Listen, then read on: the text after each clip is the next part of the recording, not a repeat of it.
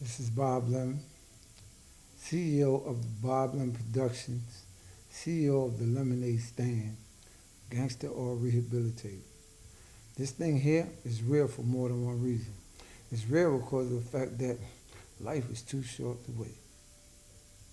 Wait for what? Life is too short to waste. Waste for what? A lot of times the street nigga think he a gangster, so he go out there and do all kind of stuff. And I don't know if he really trying to get clout. Because in that cell by yourself, ain't no damn clout. You seen that movie? Mm. Uh, Count to Monte Cristo? He doing so much time in that little castle wall. Next thing you know, he start counting the bricks. The dude asked him who been there the longest, have you named them yet? Because that's when you get bored in that one room. All right? So you want to be a gangster. You're out there busting your gun, no reason at all. Didn't come out with a bag of money. Didn't jump in a getaway car. And you didn't get home safe. So what's the reason for all of that other foolishness?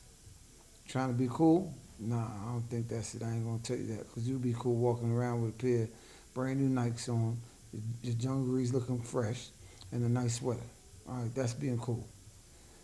That other thing you talking about on the avenue where you just got an attitude problem, and a dude walk past you, and he got the wrong color on. I don't care what state you in. This sometimes happen.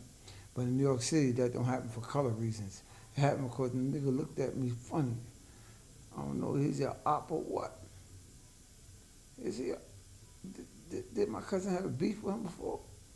So I'm staring at you, and you looking at me like, damn, you look like somebody I know. He might be thinking you look like somebody he knew from the joint, because you know he probably been locked up 3-4 times. And you here thinking that, man, is the dude that screamed on me and my cousin? He might be saying, he looked like that nigga that robbed me. But here we go. Black on black crime. For what reason? Because two dudes looked at each other. Do it got to be this way? Do it got to be this way at all? We're going to see if we can find some conclusions to this theory. We're going to find out if we can influence some black men, young and old, because some of y'all old heads don't even know no better than the young heads. It's like your head didn't get knocked up against the wall enough for you to realize that this is real. So that's why I'm here now. Why? I'm doing it now, like I did the time then, so your youth don't have to. I remember when Don Diva first came out, they came out like, a few pictures in collage of a book. Then some wisdom came, somebody else said, you know what? People, they was actually giving it out to promote something. Then people was buying, the people they were giving it to promote was end up selling the book because they had some pictures in it of people who people wanted to see. Next thing you know, somebody put the idea together, as Kevin Childs would tell the story, and he's the one that put the thing together. Him, and Tiffany, and a few others, and not to keep nobody from getting the credit for what was due. But when it came to the big house, brothers like me, one of the first of the peoples, not the first, but one of the first, decided they'd write a story because I don't do interviews because you know what? I'm trying to get out of jail. I can't be saying I did it, like my main man, Boy George. When he gave his interview, I said, holy cow, a different story, because he a different dude, you know? And he keep it real. Maybe too real, maybe he didn't have the hope I did, but I wrote inspirational stuff for the youth out there. In other words, I was going to tell you, check this out. I'm stuck like Chuck, and I give a F. I don't want to curse right now because I'm not a profanity person, especially in this month right now. So the thing is, other people on the outside was able to read this and see that being a gangster in the street is only cool up to a point. Gotti and all this on MCC, I watched Gotti make a statement on some show or whatever, or some, I don't know where it was captured at, but he told his daughter Vicky that he'd take all her problems and cancer to be out there. So here we got dudes trying to kick the penitentiary wall down. He want to come in, and the chief, who only had a short run, for the argument's sake, people talk about Gotti, they don't know. It was a short run. and he died in jail. Paisan, a buddy of mine, all right, cool dude, much respect. But he died in jail. And the thing about it is, he was telling you how he was done anything but be a rat. He ain't gonna be no rat. He'll die for that. Men die for that. Men died for lesser things. So dying for your honor and getting caught and doing something you did is respectable. You did? So here it is. Sammy the Bull, another tough Tony dude. I was with Sammy on 11 South. I was with John on 11 North. If you go to Otisville and come back, you might go to 11 North or South if you're high profile case. I was with Sammy one time, then went and left, came back and was with John. And me and Sammy used to punch the bags. We were boxing type of dudes, right? Punch the bag, did you ever take turns? Had those conversations. Never thought Sammy could be a rat. I'm not going all over the place right now. What I'm trying to tell you about is these dudes and this theory about Gangster. I was with Mike Millen. I'm Nicky Barnes' nephew, who, unbeknownst to me, we had a long conversation about two things. One is, I'm telling him about 14th Street, 15th Street, Turtle Duck, Stormy Norman, and all these people, right?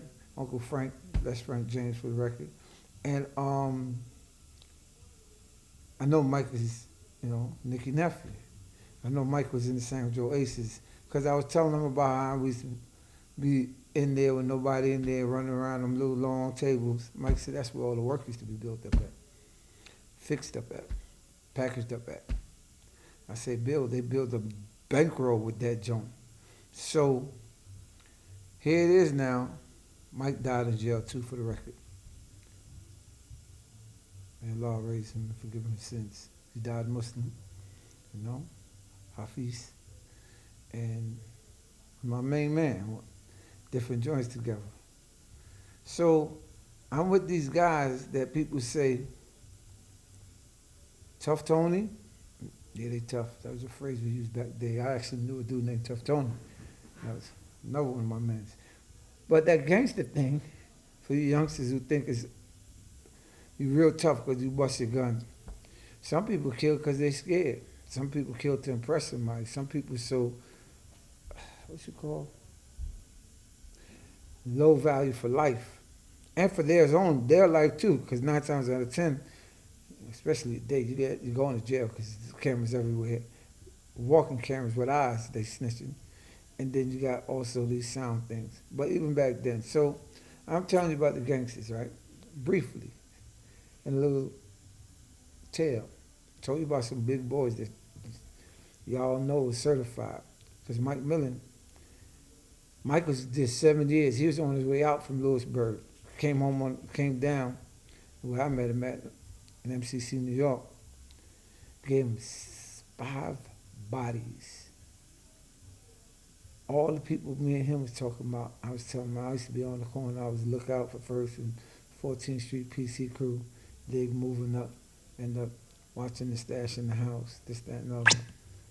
And here it is, talking about 15th Street, something that happened at Mr. Storming on.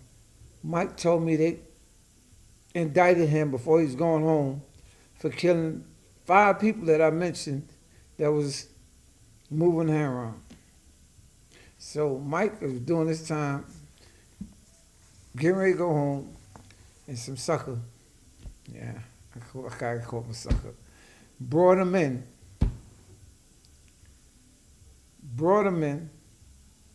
told everything, probably some lies and some truth, because they don't never tell the truth by itself. And why is that when the dude's snitching, he's trying to go home? Why the hell he can't just tell the truth? Why he got to actually add some stuff to the stuff? Oh, that's right. The truth itself doesn't actually get you convicted totally because it may not be enough. So he finessed that joint. He put his little spin on it. By the time his spin come on it, the jury be like, he killed everybody in the goddamn neighborhood. See? So, back to the gangsters I was going to tell you about. How gangsterish is. Youngster and you old fools. Them walls, if they don't close in on you because you're used to it, and you out there now, you better respect your freedom. Be able to go buy some butter pecan ice cream at night, because you know commissary is once a week in the feds. If it's a lockdown, it might tell you only could buy stamps, soap, and lotion. You dig? So when we get ready to get this thing up to real, and I bring the boys here, we got a round table right there. Where that marble joint at? Man, I can't get out of my own way. That's how life is sometimes. Just can't move out your own way. Always crashing. If I have one-on-one conversations back there, and the table I'm at is a square table of 8. So sometimes we're going to get 8 good men. Yeah, no good men. We don't really want no, can't bring no rats up in here because they might. We got rats out in front of my building that we trying to exterminate them all day long. So we really ain't going to bring no rat in here.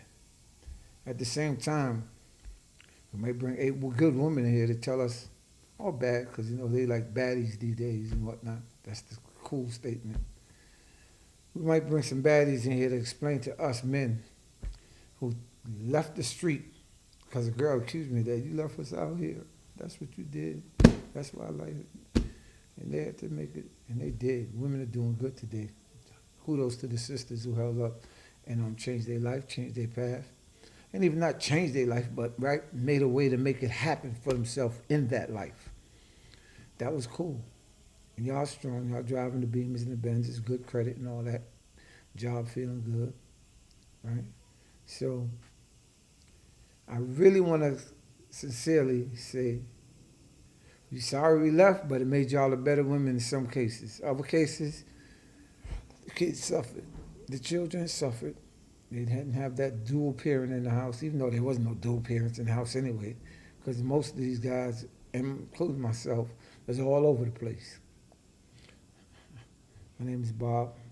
I confess I did that. I apologize to everybody. The truth of the matter is this.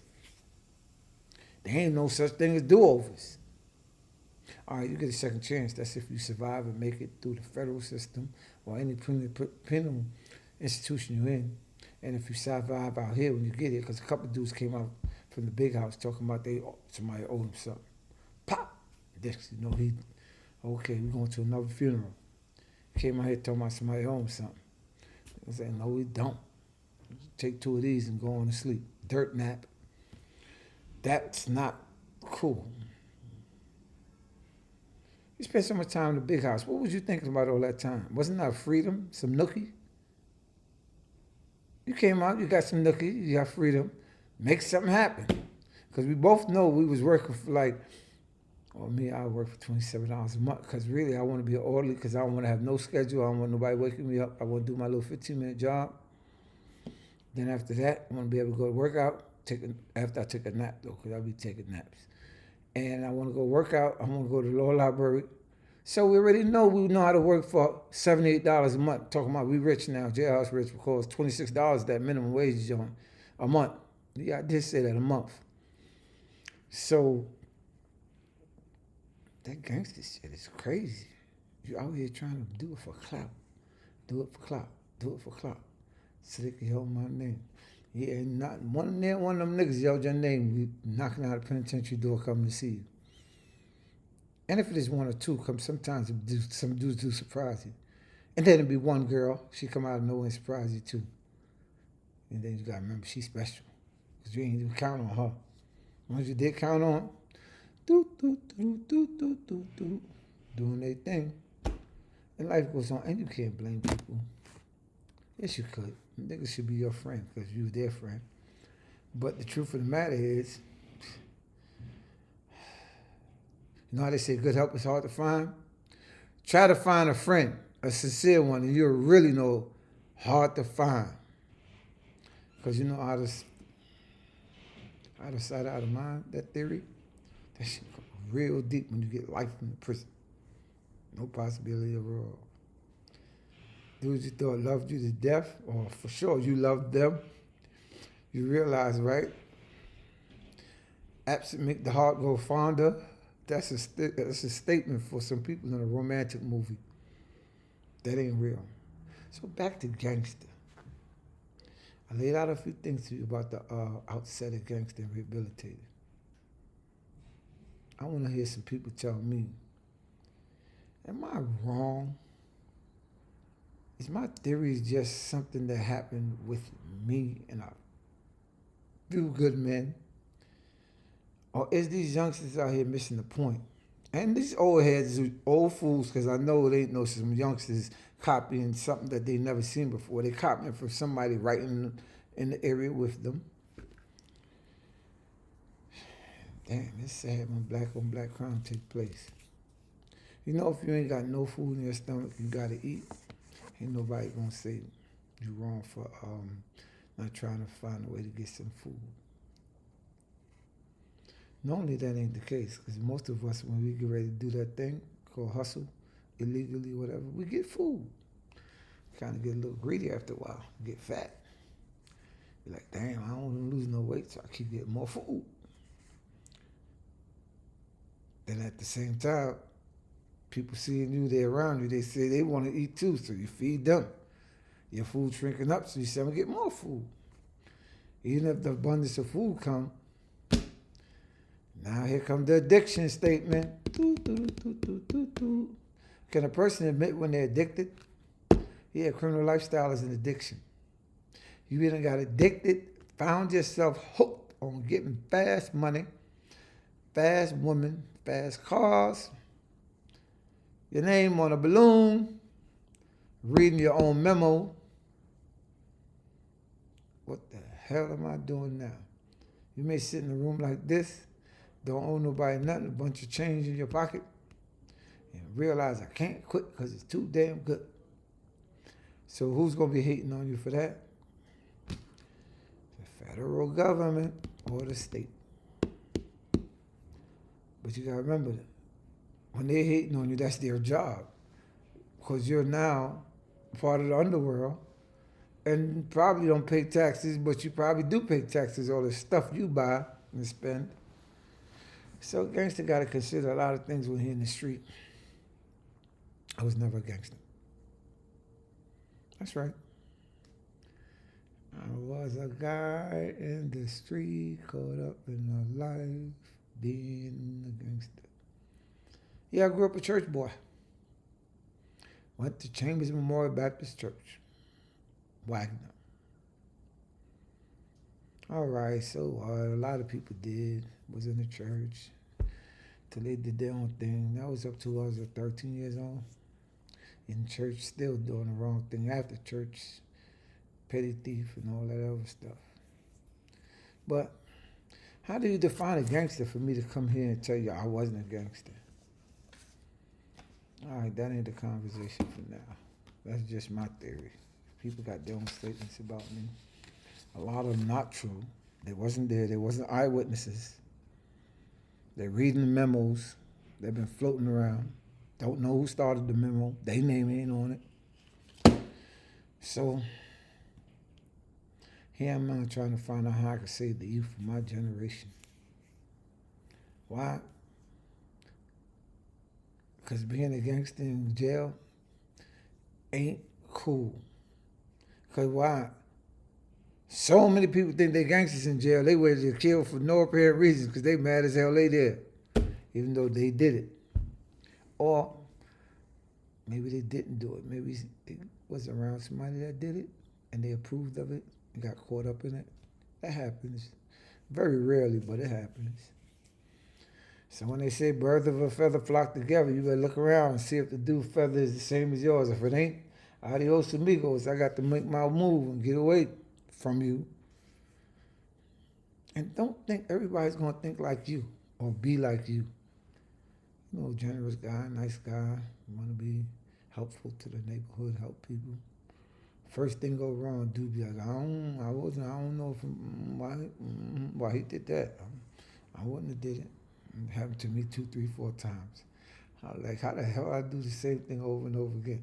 Well, my altruistic view of taking care of doing this for the next person and helping people, evidently, it's a diamond in the rough, 1 in a million type of thing. So I start all of this to introduce you to Gangster or Rehabilitated. The lemonade stand, I got the best lemonade out. I'm telling you, I'm at the bottom of this joint, put it on the market. I'm telling you right now. So when we come here, we sit, we talk. Facts. We ain't making nothing up for clout. Clout is what we don't need. It's either you got it or you don't. And what can you do with clout anyway? You take it to the store. You say, okay, mister, can I get a piece of cake and a 25-cent juice? He asks you, what you got? You say, I got clout. I can see the man laughing at you now thinking you're a cartoon. Yeah, when you get behind the walls,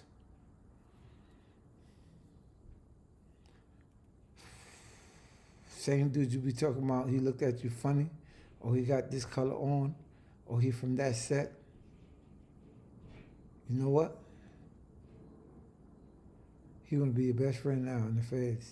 Because why? Oh, I'm from New York City. It ain't no Brooklyn, Harlem, or just that. No, I'm from New York City. Because what? He from California. And they from over there. And everybody clicked up. Ain't cool at all. We're going to explore a few avenues of this subject matter on different levels. From the women serving time, because I had 2 Puerto Rican girls, sisters, Chella and Kate, and her sister. And they took 10 years. Both of them was pregnant. Didn't tell on nobody. And went to jail, had their baby while in prison. And came home and moved on to a successful career in life. I know some men, not so strong. Now, you know, women, normally they do anything to save their baby, their children, right? We know mothers for years. Gangster for real. I don't know what they did, what kind of crime they did. They say it was my co-defendants. All right. At the same time, gangster for real they was. They show men how to be responsible, how to make a mistake. I said, yeah, that'd be me. That'd be me, Your Honor. I don't know about nobody else. I ain't here for all that. That'd be me. So when I get ready to tell you this story about Gangster and the people with me at this 8-seat table, pay attention. Because there's people that been in jail and they do a damn thing. Why? Because the person next to them did it and they just won't tell on the person. I met a couple of those myself. I said, what can I do? How can I tell this thing? I was around. And that's not even a conspiracy charge. But sometimes the government want to flip somebody, they will make it one.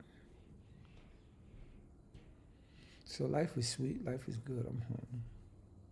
You're going to hear it all. Most of it going to be from people other than myself.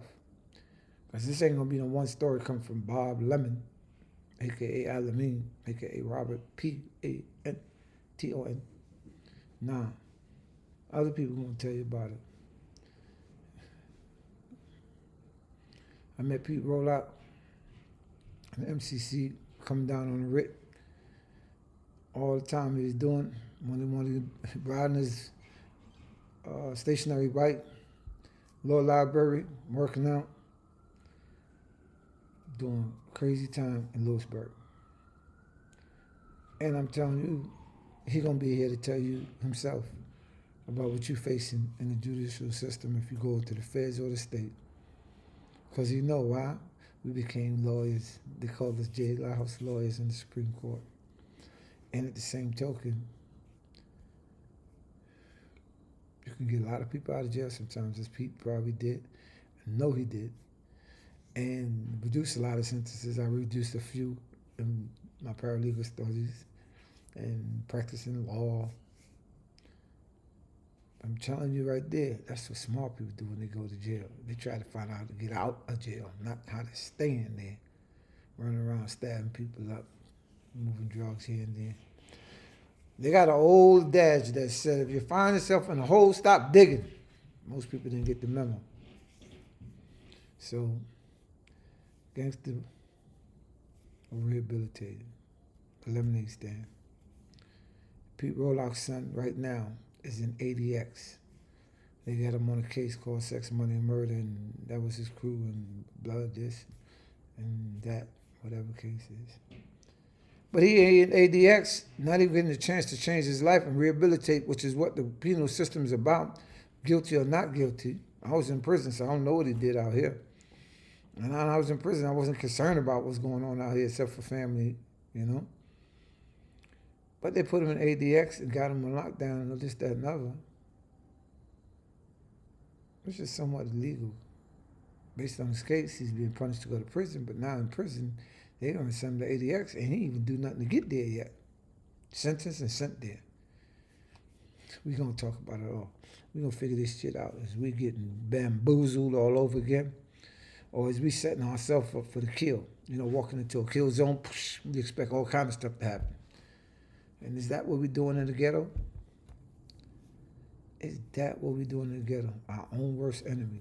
Can't get out our own way. We're going to find out. See if we can get these youth some guidance and give ourselves a reminder. I can remember I did this, right? Yeah. Give ourselves a reminder that life is good, precious. Worshiping the creator of the heavens and the earth. If you come to that conclusion in your life, supporting your family, and the working man is winning, and he's looking over his back, sounds like a good life.